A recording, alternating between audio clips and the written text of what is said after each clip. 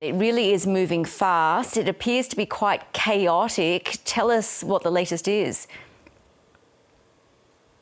Well, so the latest news is that protesters, who are largely unorganized and decentralized, have occupied the Prime Minister's official residence. They're actually singing songs from the latest news that I've heard.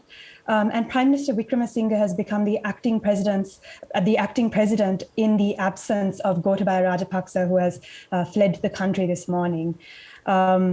Prime Minister Ranil Wickremesinghe also made a rather inflammatory statement recently, blaming the unrest and demands for him to step down on fascist elements. This is a controversial statement, given that the Prime Minister was always quite unpopular in the country, or at least recently he has been. He's a man whose involvement in a massive corruption scandal left a pretty well-established political party with just one seat in parliament.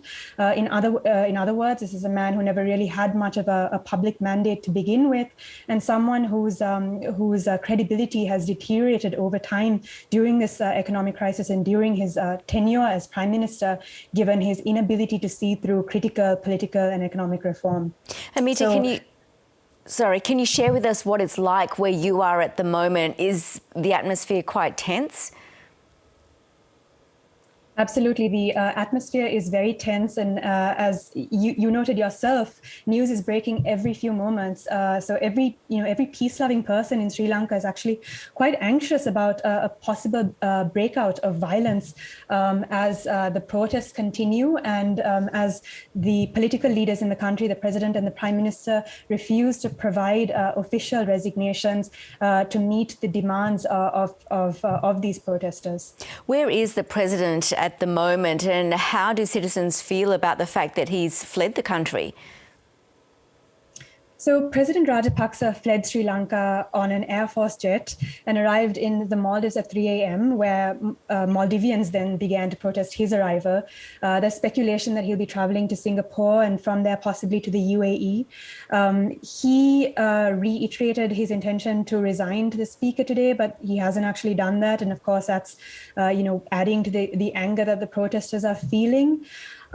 People understandably feel extremely frustrated at the lack of accountability. The president has basically brought the working and middle class to its knees through this economic crisis, and many wanted to see the Rajapaksas held accountable for corruption, economic mismanagement, and so on.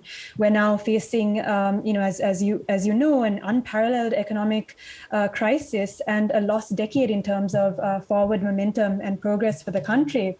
Aside from that, of course, journalists have been waiting for years to see fair investigations related to the death of high-profile journalists, allegedly also at the hands of the Rajapaksas. And of course, the Tamil community has been agitating for years to be able to investigate President Gotabaya Rajapaksa for his alleged role in war crimes when he was a defense secretary during Sri Lanka's civil war. So a lot of frustration at the absolute lack of accountability as the president flees the country. And what has happened to other members of the Rajapaksa family, former Prime Minister Mahinda and former Finance Minister Basil, both of whom were forced out of their roles? So as I understand it, Basil Rajapaksa reportedly left to Washington early this morning, and the whereabouts of former Prime Minister Mahinda Rajapaksa are still unknown. What's necessary for a successful political transition and long-term recovery, do you think? I think we need to be very cautious about what a proper political transition actually looks like. That transition was prevented in 2015 when the Rajapaksas were voted out of power because of a lack of accountability. So a transition, a good one, will necessarily have accountability. But on top of that, a true transition must address the broad establishment and the institutional framework that enabled the rise of Gotabaya Rajapaksa, from the ultra-nationalists, the politically connected media, to big money monopolists and rent seekers. A good transition will also need, I believe, political actors to actually restrain from ethnic outbidding. That was one of the causes of civil war and brain drain, which had extremely damaging economic repercussions for the country over many years. And Amita, is it even feasible to hold a general election given the pressing need to address the economic situation at the moment? People are really suffering, going without enough food and power, as you've mentioned. They can't even carry on with their everyday lives. Well, I actually think an election is not just necessary, but absolutely essential at this juncture. There's been a loss of faith in parliamentarians across the board, of course, primarily in the Prime Minister and the President, but across the board. And a restoration of confidence in our elected representatives is absolutely essential. And of course, as you mentioned, any interim government and any new government that comes in must focus on economic recovery. There is some good news that a group of different parties have reached some kind of consensus, I've heard, on an economic recovery plan a few days ago. So there's something perhaps to look forward to, but an election will definitely be necessary going forward.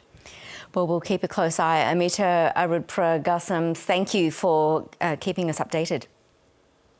Thank you for having me.